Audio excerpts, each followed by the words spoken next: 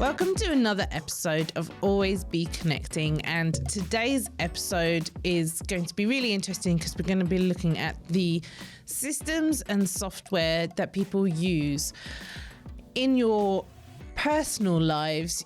You will have records of the relationships that you have in your life. Maybe you have an address book, you're on Facebook, and the same is true with the business world. You will need to have some kind of record of who you're dealing with, what their preferences are, and understanding what they need so you can give them the best service. So today we're talking to an analyst from Capterra, and we're going to talk to Andrew Blair. Thanks for joining us.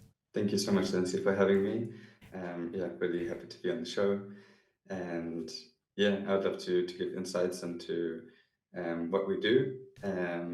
So like you said, I'm an analyst and focusing on small businesses and technology trends in Australia.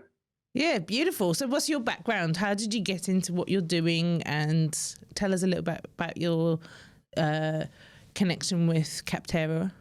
Okay, so Capterra is a free online resource that comprises of software of nearly 1,000 categories and offers access to over 2 million verified reviews. And the way I got into it was I have a tech background and I tried to share that insight with small business owners.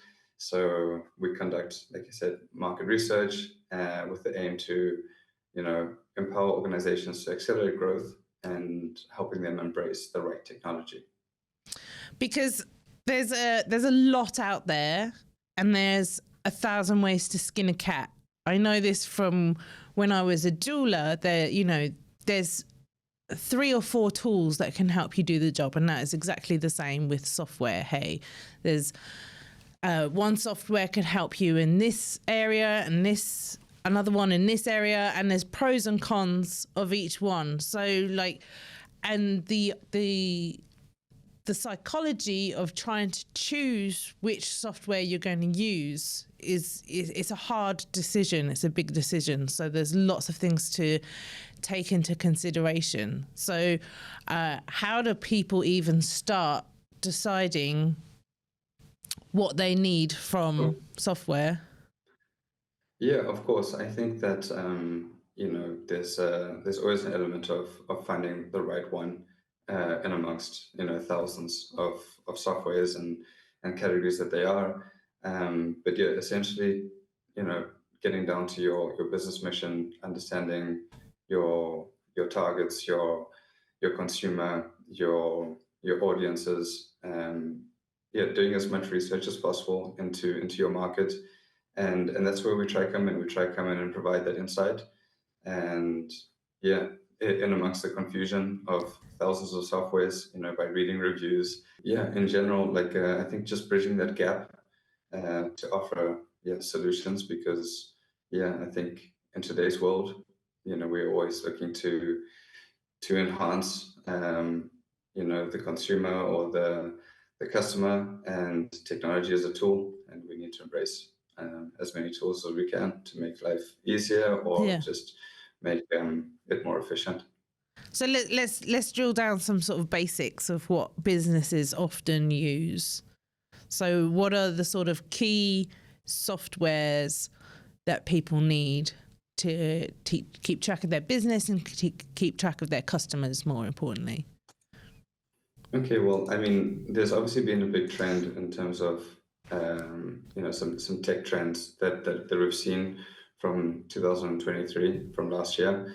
And there's from our recent data and recent surveys that we've run, there's a lot of things that are shaping the way businesses are choosing what technology to use, and this comes from economic instability, the global pandemic. We saw many businesses rapidly digitizing and investing in various tech solutions in order to smoothen fluctuations in the workplace.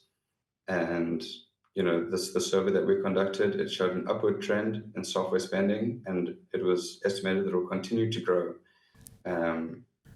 We had 53% of our respondents, so we had surveyed 250 firms, and over 53% said they expect to spend between 10 to 20% more on software than they did the previous year. So that's just showing that there's a big movement. There's obviously other things to consider, such as remote and flexible working, that are becoming the new norm. It's we're chatting via Zoom. I mean, this is Yeah. obviously a big digitization, and yeah, it's clear that many businesses are seeing the value in modernizing and digitizing their workflows. A lot of the time, a CRM, for example, there are many different forms of it, and there's so many sort of outliers of software that performs some elements of CRM extremely well, and then you've got kind of your core ones. So like, how would you how do you find out the best combination for you? And I know that you do a lot of like market research to sort of see how the customer responds to these as well. So sort of how do you start thinking about marrying those things up? Well, I guess that, in addition to the increased tech budgets, we're also seeing companies focus on particular types of software, like you said. These technologies, they're rated as top investment priorities, such as IT management, CRM, and there's a lot of things that, depending on your needs, where some big CRM technologies are integrating different elements to it. So it all depends on exactly what you need, Yeah.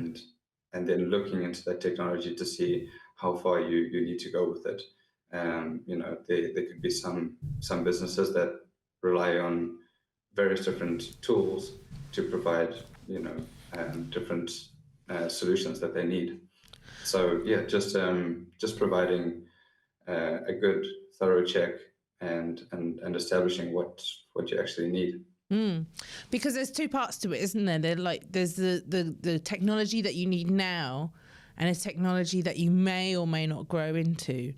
But then there's also the big sort of shiny big ones that maybe the huge corporations use that seem so well known that you feel that you should be using those, but maybe it's not the right time, so how do you choose? Can you change it once you've been using things a while? So how does a smaller business make a confident investment?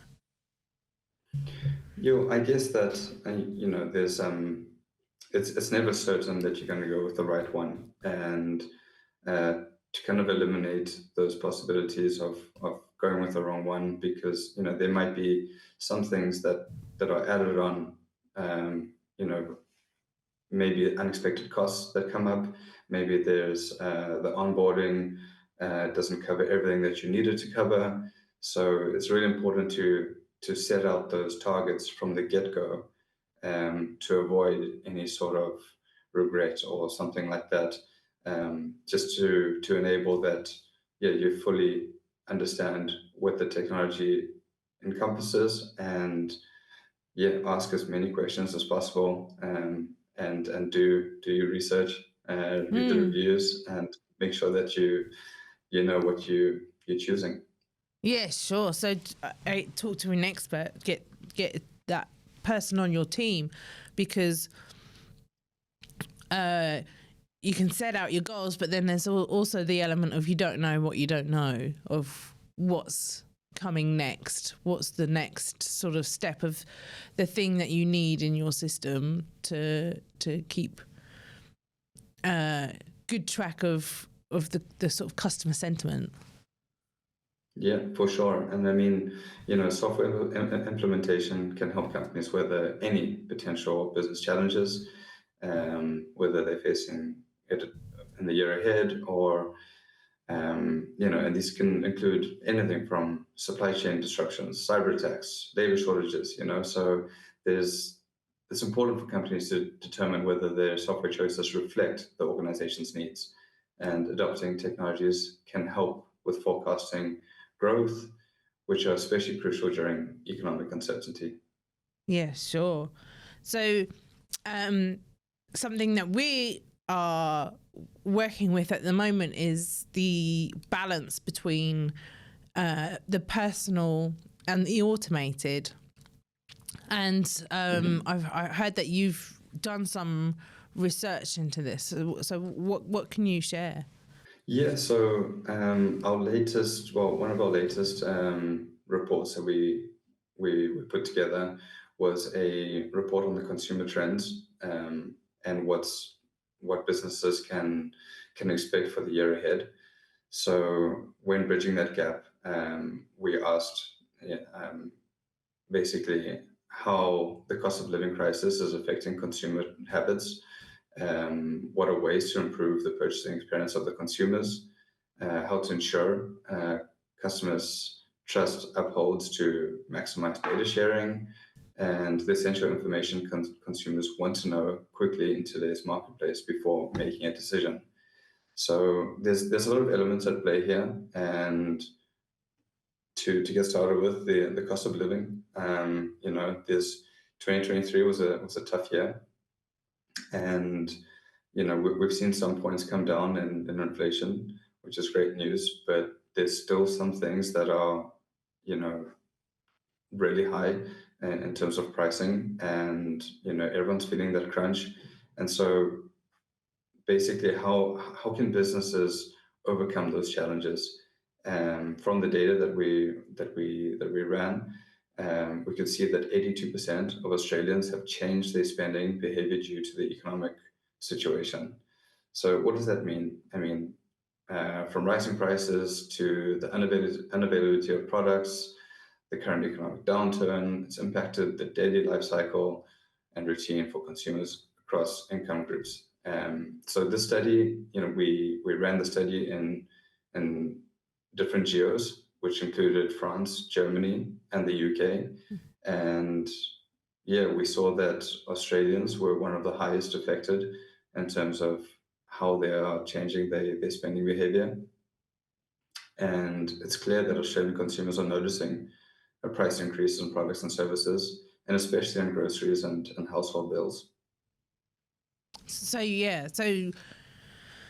business owners and managers and anyone dealing with the people, it's up to them to decide what to creatively do with that data to provide an alternative and a relief and better Exactly. products. Exactly, and yeah. Yeah, go on. Oh no, yeah, I was just going to jump onto that and say that, yeah, I mean, there's one way to leverage that possible solution is by using like a price optimization software. So you can monitor your competitors in terms of their pricing strategies based on the historic and current price points. So, understanding where you fit into the market, especially as, inflation is easing a bit, you kind of want to build, your price point into the market to be as competitive as possible. And, you need to be able to leverage that data and make an impact when you can. So talk a little bit about price optimization. Like, so how does it work? What is it looking at? What data is it pulling out? So some of the key features includes price tracking, automated alerts. So this is any change in pricing on certain products, benchmarking, historical reporting, trend analysis. So yeah, this software it's a really powerful software just to enable you to come in at the right with the right price, because again from this survey we saw that 66% of international participants, so across all of the geos, are buying cheaper products in order to save money. And it's not just in Australia. Everyone's feeling the crunch, and so when the consumer is looking for a lower price product, that switch when inflation reduces, that could potentially stick in their minds that they're shopping at one particular place. So and there's been a big shift in terms of how consumers are spending their money, because we had a similar survey back in July 2022 where many consumers were willing to pay a premium product or one with sustainable credentials. And nowadays, some consumers are cutting back to cutting back on primary requirements such as food and energy, let alone any of these premium products or sustainable products. So that's really interesting, because sometimes you don't have the visibility of your customer to understand who they are, what they want, and what you can do for them. And you've given two great examples of pricing in economic times, and also the move to remote working. What other things historically have come up to the top in terms of key data points for consumers? Well, I guess that, also looking at the way consumers are shopping at the moment, there's new innovative technology that's coming out, such as checkout shopping, as well as the metaverse. And this is, in this way, these new technologies, they can help connect with your consumers, your customers. There are things to be wary about, especially for the Australian market. So we looked at what technical shifts in shopping can business use to connect with customers, what pain points are there in the adoption of these new technologies, and is it the right time for businesses to embrace new technologies? So what we found was that there was 38% of respondents from all of the countries that we surveyed, they had a neutral sentiment towards the metaverse, and 37% were somewhat interested in trying out checkout shopping. So in terms of Australia's standpoint in this, they were seen to be a little bit behind compared to the rest of the countries. So what we could see was that we conducted two separate surveys on the metaverse and checkout shopping to gain consumer insights for retailers. So the metaverse, we know, is a virtual marketplace where businesses can sell products and interact with their customers in an immersive digital environment. And checkout shopping, on the other hand, is a cashier-free shopping experience, where cameras and sensors determine, the shopper's product selection rather than being scanned at checkout. So both the metaverse and checkout shopping have the potential to elevate the shopping experience for the customer and allow brands to take advantage of the new technology to make instant connection with their customers and also potential customers based in other geos. However, we discovered that not many respondents from all the countries have yet to try either of these technologies. In Australia, only 8% had access to the metaverse and had tried checkout shopping. So a very low number. So businesses might want to embrace these technologies should always consider what type of store may be more appropriate for their consumer base and what type of products appeal to this niche market. Because a majority may be strong in the data, but that there's still a minority to cater to as well. Yeah, totally. I think that there's opportunity, but whether businesses would be making that investment, they should be cautious in terms of maybe offering a hybrid setup or trialing, gathering consumer feedback. So just to get as much information as possible before investing in the technology. And I mean, of course, there is opportunity to stand out from competitors. But from our metaverse survey, we saw that there's still a little bit of ambiguity around it. some being, understanding the concept, may have heard of it, and yeah, I think a lot of them willing to give it a try. But again, you should just, business should be cautious in terms of offering this, but at the same time, it shows that there's opportunity as well.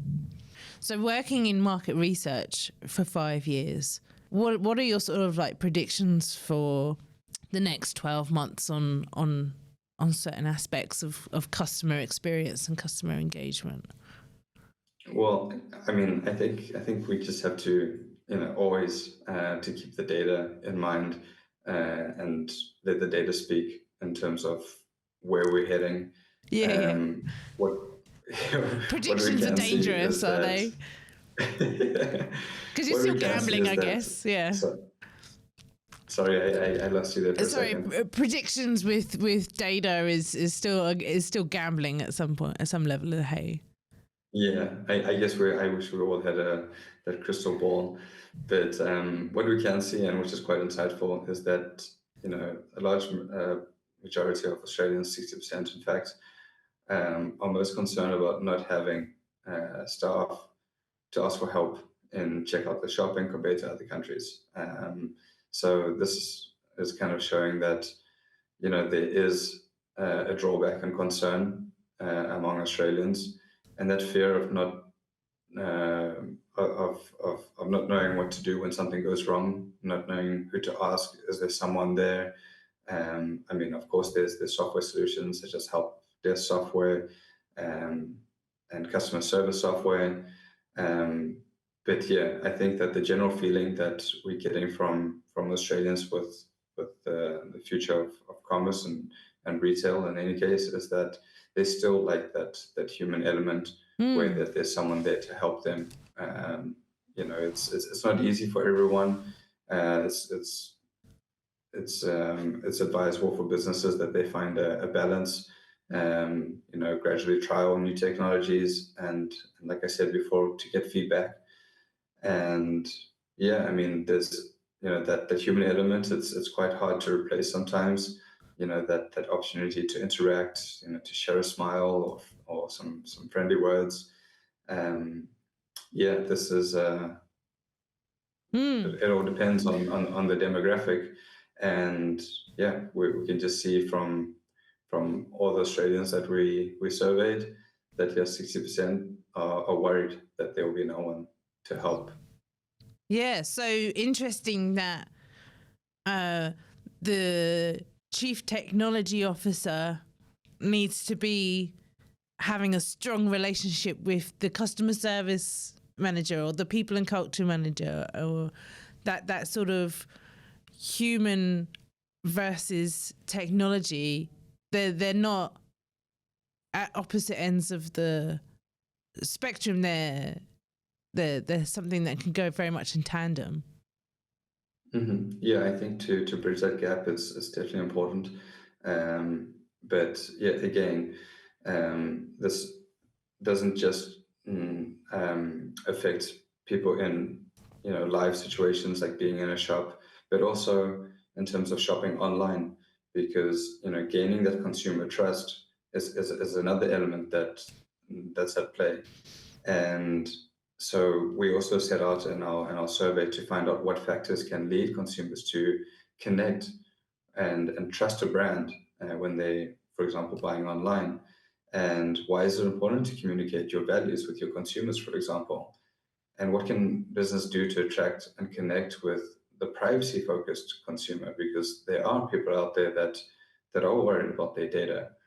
And what we saw from the report as well and the survey was that 60% of Australians tend to believe companies more than any other country surveyed.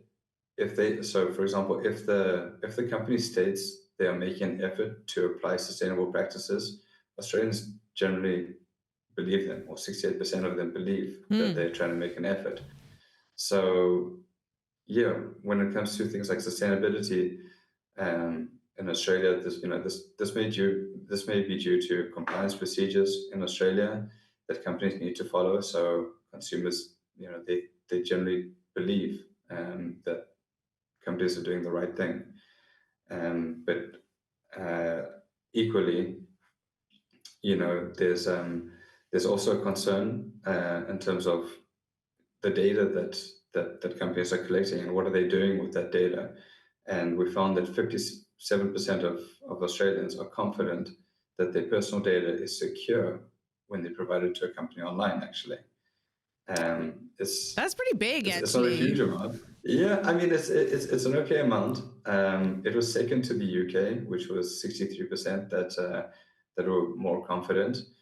But it is showing us that online consumers in Australia are a bit circumspect when it comes to understanding how companies are using and protecting their personal data. Many think that regulations are necessary, despite trusting organizations and trusting that they're using their data responsibly. However, divided opinion between Aussies and their willingness to share their information shows that there's some trust disparities in the way that organizations use their data. And companies that clearly explain how data is protected are edging ahead and gaining online consumer trust. And I think it goes back to when we opened with talking about how we all have systems in our personal lives to have the address book and connect on Facebook. It all comes back to intent, I guess, because if you're using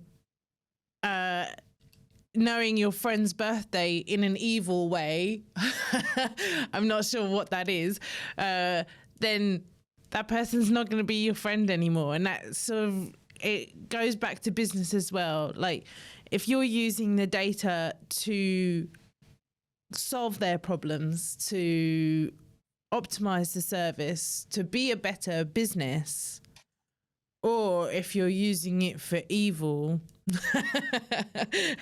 sorry for my evil laugh, then the intent must run through to the data on some level.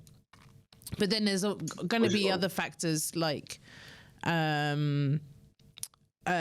oversight, regulation, and all of those things which come from people overstepping the line, do you think? Mm-hmm. Yeah, and I think it comes, that consumer trust, and also, loyalty. It comes down to loyalty as well beyond price. Because price remains a crucial factor. We can see that Australians are looking for cheaper products, and Australian consumers increasingly value other aspects that strengthen their loyalty to a brand. So customer reviews have gained prominence, with 51% of respondents considering them when comparing to other brands online. We're seeing that Australians are tending to do a lot more market research before making a decision to buy a brand as well, or whichever product. So there is a desire among customers to receive personalized treatment, with 52% appreciating stores that remember their purchase history and offer tailored suggestions. So with that data, if it is used correctly and businesses are offering that kind of tailored shopping experience, we're seeing that 52% of Australians like it. And this also highlights the popularity of loyalty program apps or platforms, where 69% of Australians use them. And the line gets blurred as well further with AI and things, especially thinking about customer reviews and how possibly they can be generated by non-humans. Then the data will be ever evolving and ever shifting in that way. Would you think? Yeah, I think AI is definitely a hot topic. It's creeping in everywhere, but at the same time, it can, what we're seeing is that it may enhance customer experiences. It may help businesses analyze vast amounts of data quickly. So yeah, there's also the element that we are reading AI generated content, and yeah, I guess it's a space that we'll have to watch. Yeah, beautiful.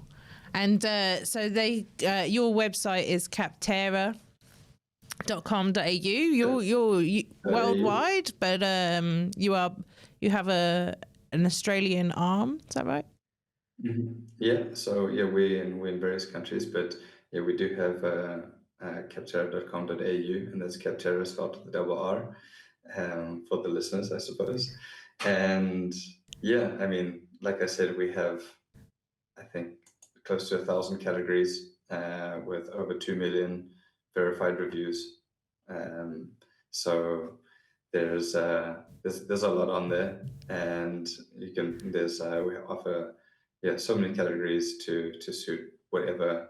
I mean, literally from anything from I think we have lawn care management to obviously big categories like project management and HR solutions.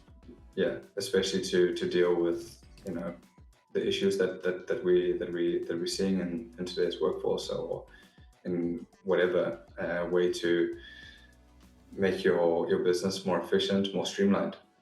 There's solutions for all of it. Yeah, beautiful. Well, thank you so much for joining us. I think that's a really fascinating conversation, because in the spirit of always be connecting, the having the conversation in real life and just understanding the sort of the unsaid, the macro, the micro environment, the sort of data is so valuable in that space. So thank you so much for talking with us. I'm taking a lot from that. Thank you, Andrew. Thank you so much, Lindsay, and yeah, thank you so much for having me. Always be connecting. Yeah, had a great time. Thank you so much for joining us, and we'll see you next week.